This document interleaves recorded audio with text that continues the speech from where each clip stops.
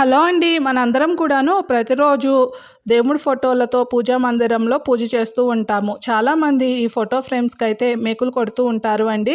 ఇలా చేయడం వల్ల గోడలు పాడైపోతాయి. అలానే ఫోటో ఫ్రేమ్స్ కూడాను చాలా త్వరగా పాడైపోతాయి. అందంగా కూడాను కనిపించవు. అదేవిధంగా మనం డైలీ కూడాను దేవుడి ఫోటోలకి ఇలా పూలు పెట్టి పూజ చేస్తూ ఉంటాం కదా! ఇలా పూలు పెడుతూ ఉన్నప్పుడు వెంటనే కింద పడిపోతూ ఉంటాయండి. అలా కాకుండా ఈ చిన్న టిప్‌ని ఫాలో అయ్యారంటే పూలు మీకు నచ్చిన విధంగా అందంగా అలంకరించుకోవచ్చు. దీనికోసం మనం అస్సలు వాడని హెయిర్ బ్యాండ్స్ ఉంటూ ఉంటాయి కదా! అలాంటిది ఒకటి తీసేసుకోండి కొత్తది. నాకైతే ఇలా బ్లాక్ కలర్‌ది దొరకలేదండి. సో, కలర్‌ది తీసుకున్నాను. మీకు దొరికితే బ్లాక్ కలర్ తీసేసుకోండి.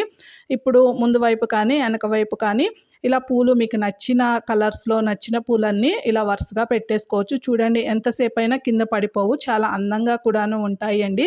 మీకు గనక ఈ వీడియో టిప్ నచ్చితే తప్పకుండా ఎవరికైనా షేర్ చేయండి. నచ్చితే లైక్ చేసి మన ఛానల్‌ని సబ్స్క్రైబ్ చేయండి. Thank you for watching.